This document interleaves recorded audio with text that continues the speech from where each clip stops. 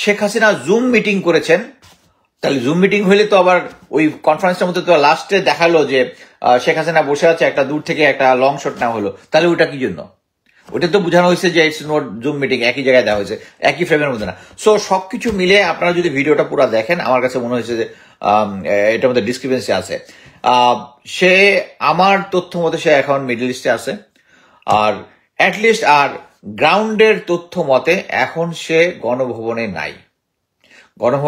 গণভবনের যে এসএসএফ এর যে রেগুলার অ্যাক্টিভিটিস যেগুলো ছিল তার কাজে আসার জন্য ওইটা নাই। এটা বুঝতে হবে যে সে কেন ওখানে জুম মিটিং করবে। এখান থেকে তার বাসা থেকে প্রাইম মিনিস্টার অফিস কতটুক, ম্যাক্সিমাম 5 মিনিট লাগবে আসতে, যেহেতু রাস্তা তো খালি থাকবে উইথ এক্সট্রিম সিকিউরিটি। যদি 5 মিনিট লাগে তাহলে এখানে এতজন লোক এখানে আসছে, সে তো he will take this opportunity. এখানে বলছে তাদের সাথে মত বিনিময় সভা। আপনারা কি কোনো মত বিনিময় দেখেছেন? এক সেটে উনি কথা বলেছেন আর ব্যাকগ্রাউন্ডে কতগুলো তালির সাউন্ড হয়েছে, আর কোনো কিছু না।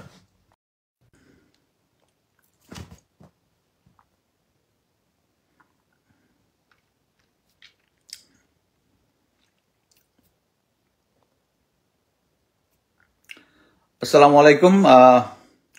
আমি যেভাবে বলেছিলাম যে আবার লাইভে আসবো, আমি অ্যাকচুয়ালি লাইভে আবার আসলাম। তো আমি প্রথমে সকালে এসে যে লাইভটা করেছিলাম, যে আগের দিনের যে আপডেটেড সিচুয়েশন নেওয়ার পরে এর মধ্যে একজন আমাকে পাঠালো যে শেখ হাসিনা অলরেডি নাকি একটা ইয়াদের সাথে করতেছে, ব্যবসায়ীদের সাথে একটা কনফারেন্স করতেছে। আমি ইমিডিয়েটলি এর আগের যে লাইভটা ওটাকে রেস্ট্রিক্টেড করে দিয়ে আমি একটা অ্যাপোলজি বললাম যে সরি, আমি সম্ভবত মিসফেড হয়েছি। But at the same time আমার কাছে তখন আমার যে সোর্স, আমি ডিটেলস বলতে পারতেছি না, এই জন্য কারণ বেচারা এক্সপোজ হয়ে যাবে। সো সে কনফার্ম করেছে সে মিডল ইস্টে আছে, কনফার্ম করেছে, যেহেতু না আর বলবো না এটা। তাহলে এটা ভুল কিভাবে হলো?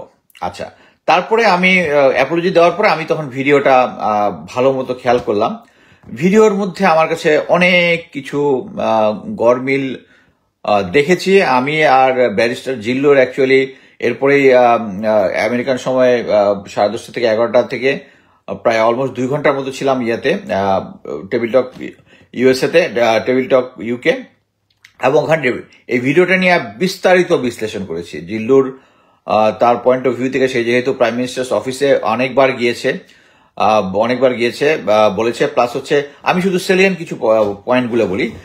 নর্মালি প্রাইম মিনিস্টার অফিসের ওখানে যেটা থাকে, প্রাইম মিনিস্টার যে চেয়ারটা থাকে, আর যে চেয়ারটাতে বসেছিল এটা সেম চেয়ার ছিল না, এবং এটা একটা লো কোয়ালিটির চেয়ারে উনি বসেছিলেন। নর্মালি এই ধরনের কনফারেন্সে যখন হয়, পিছনে একটা এমব্লেম থাকে, তারপরে ওনার পিতাজির ছবি থাকে, সামনে একটা নৌকা থাকে, এগুলো কিন্তু ছিল না। আবার একটা জিনিস দেখবেন যে একই ফ্রেমে দর্শক এবং ইয়াদেরকে একই ফ্রেমে আনা হয়নি। আমি আমার কাছে যেটা মনে হচ্ছে, এটা সুপার ইম্পোজ করা হয়েছে, ল্যাঙ্গুয়েজগুলো ওনার দেওয়ার পরে ওই দুইটাকে একসাথে মিশেছে। আরেকটা জিনিস হচ্ছে, আমরা দেখলাম দর্শকের সারিতে প্রায় 200 প্লাস, 200 থেকে 250 মতো লোক হবে। কারফিউর মধ্যে এতগুলা লোক এখানে নিয়ে আসা ইজ প্রিটি ডিফিকাল্ট, মানে টাফ হয়ে যাবে আর কি। সো আমার ধারণা এই কাজটা আওয়ামী লীগ করেছে। যখন আমি সকালের আমার আগের ভিডিওটাতে বলেছি যে এখন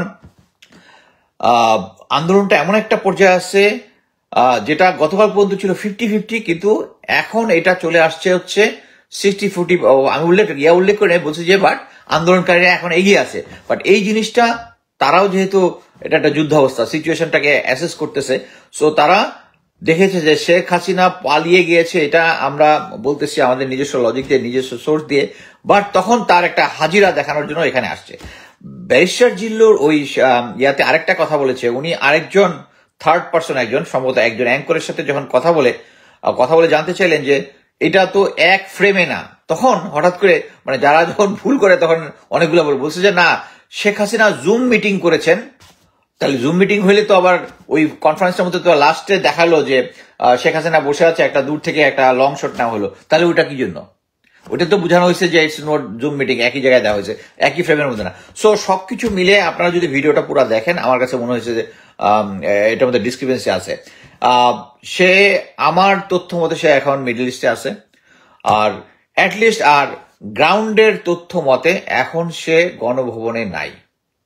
গণভবনে নাই, গণভবনের যে এসএসএফ এর যে রেগুলার অ্যাক্টিভিটিস যেগুলো ছিল তার কাজে আসার জন্য ওইটা নাই। এটা বুঝতে হবে যে সে কেন ওখানে জুম মিটিং করবে। এখান থেকে তার বাসা থেকে প্রাইম মিনিস্টার অফিস কতটুকু, ম্যাক্সিমাম 5 মিনিট লাগবে আসতে, যেহেতু রাস্তা তো খালি থাকবে উইথ এক্সট্রিম সিকিউরিটি। যদি 5 মিনিট লাগে তাহলে এখানে এতজন লোক এখানে আসছে, সে তো he will take this opportunity. এখানে বলছে তাদের সাথে মত বিনিময় সভা, আপনারা কি কোনো মত বিনিময় দেখেছেন? এক সেটে উনি কথা বলেছেন আর ব্যাকগ্রাউন্ডে কতগুলো তালির সাউন্ড হয়েছে, আর কোনো কিছু না। সো আমি আবারও বলছি, শেখ হাসিনা আমার জানা মতে নাই। এখন উনি যদি দেশে ফেরত আসে, এসে যদি বলে যে আমি দেশে ফেরত আসি, we are happy, very happy. কারণ আমি চাই না যে ফ্যাসিস্ট হাসিনা দেশ থেকে পালায় যাক, থাকুক। আর একটা জিনিস আমি বলতে যাচ্ছি, এটাতে আমার যেহেতু মাঝখানে আমি বেশ কয়েকটা লাইভ করছি, হঠাৎ করে একটা ভুল তথ্য দিয়েছি, যেটা আমি সবসময় করি। আমার যদি কোনো ভুল হয়, মানুষ কন্টিনিউয়াস এই ধরনের একটা সিচুয়েশনে আমি ইনফরমেশন কঠিনভাবে পাচ্ছি। অলরেডি গোয়েন্দা সংস্থারাও জানে যে আমার সোর্স কারা আছে, মিস ইনফরমেশন করতেই পারে। সো আমি যেটা করি 2টা থেকে 3টা থেকে সোর্সের সাথে কথা বলি, প্লাস এক্সট্রিম ভাবে তাদেরকে কোশ্চেন করি যে অ্যাকচুয়াল সত্যটা জানার জন্য, যে সে কি বেসড অন হোয়াট সে এই তথ্যটা আমাকে দিয়েছে। সো আমার নামে দেখলাম বেশ কিছু যে আমি নাকি ডিজে ফাইল লোক হয়ে মানুষকে কনফিউজ করার চেষ্টা করতেছি, এবং এরকম একটা বয়ান দিয়ে আবার এখানের সাথে আমার ওয়াইফের সহ আমার একটা ছবি, আমার ওয়াইফের সাথে তো ছবি দেওয়ার দরকার ছিল না। আমি যেহেতু এখানে হচ্ছে আমি যে ঘাপলাটা করতেছি আমি করতেছি, আমার ওয়াইফকে আনার দরকার ছিল। এই ওয়াইফকে নিয়ে আসা, প্লাস হচ্ছে আমি ম্যাডাম খালেদা জিয়ার বাড়ির উচ্ছেদে জড়িত ছিল। ইয়েস, আমি জড়িত ছিলাম। এটা তো আমি আমার স্ট্যাটাসের মধ্যে আমি ডিটেলস আমি ঘটনার বর্ণনা করেছি, লুকাছাবার কোনো কিছু নাই। সো এই জিনিসটা নিয়ে আবার আমাকে একটু বিতর্কিত করার চেষ্টা করেছে। আই ডোন্ট মাইন্ড, আমি জাস্ট যেহেতু দেখলাম আমাকে আবার কয়েকজন দেখে ইনবক্স করেছে, তো আমার কাছে যেটা মনে হচ্ছে, আমি যখন এই রাইট ট্র্যাকে থাকি তখন আমার উপরে অ্যাটাক হয়। I believe I am in the right track. So আমি স্ট্রংলি বিশ্বাস করি যে শেখ হাসিনা এখনো দেশে নাই। সো আন্দোলন যেটা আছে, এখন আন্দোলনটা স্ট্রং হবে। আর এই পুলিশ এবং এদেরকে অ্যাকচুয়ালি একটু মোরাল বুস্টিং দেওয়ার জন্য শেখ হাসিনা এই অ্যাপিয়ারেন্সটা অ্যারেঞ্জ করেছে। আপনারা নিজেরা আমার সাথে টেবিল টক শেখ হাসিনা, ওইটার লিঙ্কটা আমি এটার সাথে দিয়ে দিব, আপনারা নিজেরা দেখবেন। ওখানে আমি ডিটেলস, আমি আর দুজনে মিলে, আমি আর ব্যারিস্টার জিলুর ডিটেলস বর্ণনা করেছি। আর কথা একটাই, যে শেখ হাসিনা এখন দেশে নাই। এই যারা পুলিশ এবং লেসপেন্সার যারা এখন নির্যাতন নিপীড়ন চালাচ্ছে, তারা এখন বাড়ি বাড়ি গিয়ে নাকি এই লোকজনকে খুঁজতেছে। এই জিনিসটা স্টপ করতে হবে, সেনাবাহিনীকে এটা থামাইতে হবে। এবং এটার ব্যাপারে সেনাবাহিনীকে আমি এবং জিল্লুর দুজনেই অ্যাড্রেস করেছি কি কি কাজ করতে হবে। আশা করি আমরা সেটা সেনাবাহিনী এক্সট্রিম পর্যায়ে না গিয়ে সেই জিনিসটা ফলো করবে। এবং শেখ হাসিনার একজন অ্যাডভাইজার হিসেবে, আরেকটা জিনিস আমি বলতে ভুলে গেছি, সেটা হচ্ছে শেখ হাসিনা দেশে নাই। Who is running the show? General Tareq Siddiqui is running show. He is security adviser, he is running everything show. এবং আমি আগের ভিডিওটাতে বলেছি যে 3 বাহিনীর লোকরা অলরেডি বলেছে যে এই ম্যাস আপ, যে সিভিলিয়ানদের সাথে যে নিরীহ ছাত্রদের গুলিবর্ষণ, এই যে অত্যাচারটা হয়েছে, it is his mess up, he should clean up, army will not clean up. So এর মধ্যেও আর্মি রোলটা স্টিল কন্ট্রোভার্সিয়াল। তারা গ্রাউন্ডে কাউকে গুলি করতেছে না, কিন্তু তারা পুলিশকে সাপোর্ট দিচ্ছে। পুলিশ যখন রেস্ট এন্ড ডিফিটের দরকার তখন তাদেরকে সাপোর্ট দিচ্ছে, তাদের ক্রিটিক্যাল জায়গার মধ্যে তাকে অবস্থান করতেছে। সো সেনাবাহিনীর এই বিতর্কিত অবস্থা আমরা চাই না। এবং আমি বলতে চাচ্ছি, আজকে না হোক, 2 দিন পরে হোক, 5 দিন পরে হোক, 9 দিন পরে হোক, 10 দিন পরে হোক, বা 3 মাস পরে হোক, এই দেশ স্বাধীন হবে। কারণ যারা আন্দোলন করতেছে তার আর পিছু হটার কোনো সুযোগ নাই। এখন যদি ব্যাকআপ করে এদেরকে শেখ হাসিনা, ছাত্রলীগ, এরা সবাই টার্গেট কিলিং করবে, কারণ তাদের কনফিডেন্স লেভেল আবারও হাই হয়ে যাবে, কনফিডেন্স লেভেল। সো এখন থেকে আমি যেটা মনে করতেছি সেটা হচ্ছে, এই আন্দোলন যদি ফেইলও হয়, একটা গেরিলা যুদ্ধের দিকে এই দেশ যাবে। কারণ যারা আন্দোলন করতেছে তারা ওভারলি হাঁটাচলা করে এই দুনিয়াতে চলতে পারবে না। এই শেখ হাসিনা, তার পুলিশ বাহিনী, তার র্যাব, তার ছাত্রলীগ, এই যে পার্টিটা আছে যে আন্দোলন করতেছে, তাকে খুঁজে খুঁজে বের করে তাদেরকে মেরে ফেলবে। I am confident about that. So এই আন্দোলন শেষ না হওয়া পর্যন্ত আমরা ঘরে যাব না। শেখ হাসিনা বিদেশে, এবং যত সময় যাবে তারা দুর্বল হবে।